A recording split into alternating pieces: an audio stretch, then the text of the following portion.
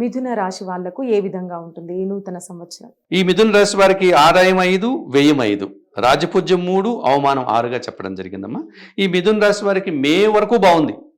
మే తర్వాత గురువు 12వ ఇంటికి వచ్చాడు. గురువు 12వ ఇంటికి రావడం వల్ల ఖర్చులు పెరిగే అవకాశం ఉంటుంది, వారికి పని పెరిగే అవకాశం ఉంటుంది. ఈ రకంగా గురుబలం కాస్త తగ్గుతుంది. మధ్యలో ఆయన వక్రించి మధ్యకాలంలో ఒక 6 నెలల తర్వాత మళ్ళీ 11వ ఇంటికి వెళ్తాడు. అప్పుడు ఈయనకు మళ్ళీ బాగా అంటే 50% గురుబలం వీరుకుంది మిథున రాశి వాళ్ళకి ఈ సంవత్సరము. అలాగే శని భగవానుడు భాగ్యంలో ఉన్నాడు. ఇప్పుడు మధ్యలో అష్టమానికి వెళ్తాడు. అష్టమానికి వెళ్ళినప్పుడు చిన్న చిన్న అనారోగ్యాలు, చిన్న చిన్న ఆర్థిక సమస్యలు రావడానికి అవకాశం ఉంది. ఆ రకంగా శని కూడా వీరికి ఒక 50% అనుకూలంగా ఉన్నారు. రాహు మాత్రం వీరికి దశమ స్థానంలో 100% ఫలితాలను ఇస్తున్నాడు. అంటే విదేశాలకు వెళ్ళాలన్నా, విదేశీ సంబంధమైనటువంటి వ్యాపారాలు చేయాలన్నా, కొత్త వ్యాపారాలు ప్రారంభించాలన్నా, లేకపోతే రాజకీయ నాయకులకు కానీ ఇతరత్ర వేరే ప్రాంతాల్లో వెళ్ళి ఉద్యోగాలు చేసే వాళ్ళకి కానీ అనుకూలంగా ఉంటుంది.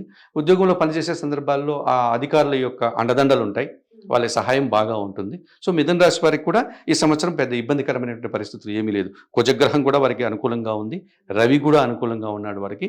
కాబట్టి మిథున రాశి వాళ్ళకి ఈ సంవత్సరం బాగుంది. కాకపోతే ఎవరైనా మిథున రాశి రాజకీయ నాయకులు ఉంటే ఈ రాబోయే ఎలక్షన్లో కాస్త వారు అనుకున్నంత ఫలితాలు రాకపోవచ్చు, లేకపోతే వాళ్ళు ఓడిపోవడానికి కూడా అవకాశం కనపడవచ్చు. ఎందుకంటే గురుబలం పూర్తిగా పోతోంది. అది ఎలక్షన్లు అయ్యే సమయం వరకు కూడా గురుబలం ఉండదు వాళ్ళకి. మే 1వ తారీఖు నుంచి ఒక 6 నెలల పాటు గురువు 12వ ఇంట్లో ఉంటాడు.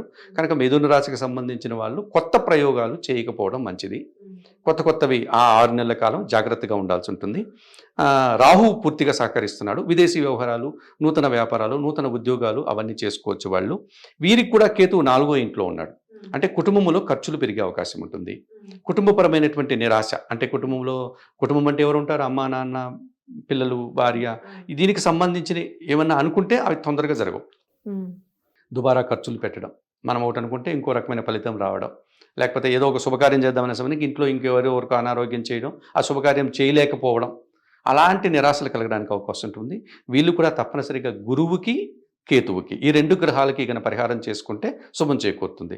కేతువు దానికంటే మనం అధిష్టాన దేవుడు గణపతి స్వామి కాబట్టి గణపతి స్వామికి పూజలు చేసుకోవడం, ఇంట్లో కానీ ఆలయంలో కానీ.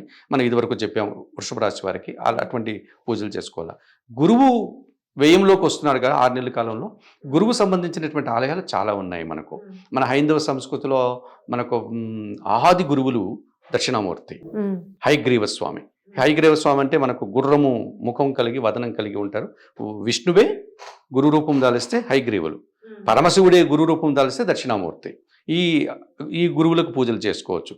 మాకు అంత పెద్ద ఆలయాలు తెలియవండి, మేము ఎప్పుడు వినలేదు అంటే మనకు బాగా తెలిసినటువంటి గురువులు షిర్డీ సాయినాథుడు, దత్తాత్రేయులు వారు, రాఘవేంద్ర స్వామి, వీరు మనకు అందుబాటులో ఉన్నటువంటి గురువులు. ఆ తర్వాత చెప్పుకోదగ్గ గురువులు, వీరికి పూజలు చేసుకోవచ్చు. ఈ గురువులకి ఇప్పుడు మనకు దగ్గర అంటే ప్రతి చోట కనబడేటువంటి ఆలయం షిర్డీ సాయినాథన్ ఆలయం. ప్రతి ఊర్లోనూ, కాలనీల్లోనూ ఎక్కడైనా ఉంటుంది. ఆలయానికి గురువారం రోజు కానీ, పౌర్ణమి రోజు కానీ వెళ్ళి ఒక 1/2 కేజీనో 1/4 కేజీనో శనగలు తీసుకెళ్ళి శుభ్రంగా ఉడికించి వాటికి నైవేద్యంగా స్వామివారికి నివేదన చేసి మీ చేతులారా వచ్చిపోయే భక్తులకు పంచవచ్చు. ఎందుకంటే గురువుకి ఇష్టమైన ధాన్యం శనగలు దానం చేయొచ్చు. అలాగే గురువు గారికి ఇష్టమైనటువంటి రంగు పసుపు వర్ణం, ఆరెంజ్ కానీ పసుపు వర్ణపు అరటి పండ్లు కానీ ఆయన పాదాల దగ్గర పెట్టచ్చు. షిర్డీ సాయినాథన్ జీవిత చరిత్ర చదువుకోవచ్చు, దక్షిణామూర్తి శ్లోకాలు చదువుకోవచ్చు, హయగ్రీవ స్వామి స్తోత్రాలు చదువుకోవచ్చు.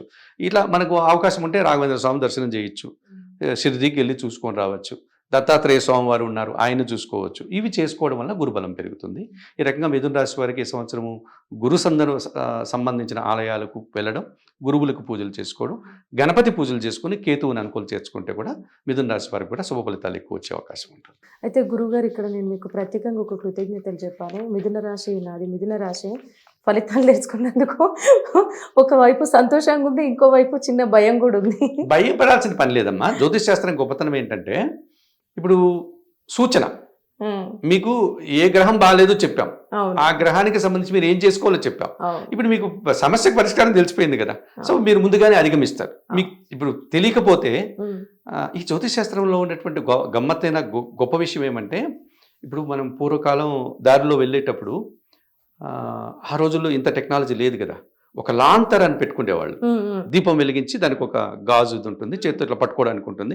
ఈయన పట్టుకొని వెళ్ళేవాళ్ళు గ్రామీణ ప్రాంతాల్లో. మేము చిన్నప్పుడు కూడా చూసాం, ఆ చిన్న దారులు ఉంటాయి పొలాల మధ్య గట్ల మీద, అది పట్టుకొని వెళ్తూ ఉంటారు. అక్కడ ఏమన్నా పాములు అవి కనబడతాయా రాత్రిపూట కానీ తెల్లవారుజాములో కానీ.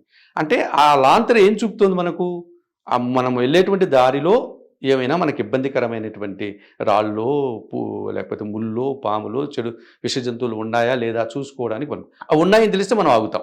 అది వెళ్ళిన తర్వాత వెళ్ళడమో లేకపోతే వెనక్కి వచ్చేయడమో చేస్తాం. తెలియకపోతే ఏం చేస్తాం, వెళ్ళి దాని మీద కాలు పెట్టి ఆ రకమైన సమస్యను మనం పడిపోవడమో అది కరవడమో జరుగుతుంది. అట్లాంటిదే జ్యోతిష్ శాస్త్రం అనేటువంటిది ఒక వెలుగు ముందుగానే చెప్తుంది మీకు. ఎందుకమ్మా చిన్న పిల్లవాళ్ళు పుట్టారు తీసుకొస్తారు, మా పిల్లవాడికి పేరు పెట్టాలి గురువు గారు అంటారు, పేరు ఎలా ఉంది మా వాడికి అంటాం. బాగానే ఉందండి, చిన్న పిల్లవాడు ఎందుకు, ఇప్పుడు వాడు చక్కగా చదువుకుంటాడు, ఒక 3 నెలలు జాగ్రత్తగా ఉండండి, ఇప్పుడే పుట్టాడు కదా, సీజనల్ అనారోగ్యాలు ఉంటాయి కదా, జాగ్రత్త అంటాం. వినరు. లేదండి మా వాడు బాగా చదువుతాడా, విదేశాలకు వెళ్తాడా, అప్పుడే ఏమేమో అడుగుతారు. వాళ్ళ బిడ్డ గురించి వాళ్ళు తెలుసుకోలేదు తపన. మనం ఏమి అనలేం, వద్దమ్మా చిన్నపిల్లవాడు ఎందుకు, వాడు ఇంకా చాలా ఉంది కదా అంటే వినరు. సరే వారిని ఎందుకు నిరాశపరచాలని, బాగానే ఉంటాయి మరి, మా వాడికి ఏమైనా అనారోగ్యాలు వస్తాయా స్వామి అని అడుగుతారు. చిన్నపిల్లవాడు ఇప్పుడు ఎందుకమ్మా, కాదు స్వామి వాళ్ళ హస్బెండ్, అదే మా హస్బెండ్కి వీళ్ళ నాన్నకు ఈ రోగం ఉంది, వీడికి ఏమన్నా వస్తుందా, ఏవేవో అడుగుతారు. కానీ ఆ చిన్న పిల్లవాడికి కూడా ఈ అబ్బాయికి ఒక 40 సంవత్సరాల తర్వాత డయాబెటిక్ వచ్చే అవకాశం ఉందమ్మా అని చెప్తాం. అవునా స్వామి వాళ్ళ నాన్నకు ఉందిలే అయితే పర్లేదు వెళ్ళి, అది పెద్ద రోగం కాదు ఇప్పుడు అందరికీ వస్తుంది అని ఏదో అంటారు వాళ్ళు. ఇది చెప్పడం వల్ల, ఈ విషయం చెప్పడం వల్ల, డయాబెటిక్ వస్తుంది చెప్పడం వల్ల, మీరు ఇదే విషయాన్ని వాడు పెద్ద అయ్యేటప్పుడు వాడి చెవిలో చెప్తే డయాబెటిక్ ఎందుకు వస్తుందమ్మా. మనుషులు నిరంతరము సుఖంగా కూర్చోవడం, సుఖంగా నిద్రపోవడం, కదలిక లేకుండా శరీరాన్ని పెంచుకోవడం, అంటే ఒక స్థూల శరీరం రావడం, పని తగ్గిపోవడం, అంతే కదా. తర్వాత తీపి పదార్థాలు, స్వీటు, బియ్యము, రైస్ అట్లాంటివి తినడం, ఇవన్నీ తగ్గించుకోవచ్చుగా ముందుగా మీకు చెప్పడం వల్ల. వాడు వాకింగ్ చేసుకోవచ్చు, యోగా నేర్చుకోవచ్చు, కాస్త డైట్ కంట్రోల్లో పెట్టుకోవచ్చు. వాడు చిన్నప్పటి నుంచే వాడు ఒక యుక్త వయసు వచ్చేటప్పటికి 15 ఏళ్ళ నుంచి నీకు ఇది వచ్చే అవకాశం ఉందని అంటే వాడు దాన్ని పోస్ట్పోన్ చేయొచ్చు కదా. వాడు ఇంకెప్పుడు కదలలేని వయసులో 70-80 ఏళ్ళు అది వచ్చిందనుకోండి, అది ఇబ్బంది లేదు. బట్ ఆ 40 నుంచి వాడు రానియకుండా చూసుకోవచ్చు కదా. వాడు వ్యాయామం చేయడం వల్ల, ఆ కేర్ తీసుకోవడం వల్ల. కనుక చెడు ఏదన్నా ఉంటే సూచనప్రాయంగా ఎవరైనా చెప్తే చూసేస్తే మనం భయపడాల్సిన పని లేదు. దాన్ని అధిగమించడానికి మనం ప్రయత్నం చేయాలి. మంచి చెప్పామనుకోండి సద్వినియోగం చేసుకోవచ్చు. మీకు మంచి ఉద్యోగం వస్తుందని చెప్పాను, మీరు వేరే ఉద్యోగానికి ప్రయత్నం చేయొచ్చు, లేదు ఉన్న ఉద్యోగంలో ఎదగడానికి ప్రమోషన్ తెచ్చుకోవడానికి ప్రయత్నం చేయొచ్చు. ఇదే సూచన. మంచిని సద్వినియోగం చేసుకోవాలి, చెడుని తగ్గించుకోవాలి, దాన్ని పరిహరించుకునే ప్రయత్నం చేయాలి, ఆ నుంచి బయటపడే ప్రయత్నం చేయాలి. అందుకే జ్యోతిష్ శాస్త్రం. కాబట్టి ఎప్పుడూ ఫలితాల గురించి భయపడద్దండి. ముందుగా తెలియడం అనేది మనకు ఒక వెపన్ ఇచ్చినట్టు, మన చేతికి ఒక ఆయుధం ఇచ్చినట్టు, దాంతో మనం కాపాడుకోగలుగుతాం.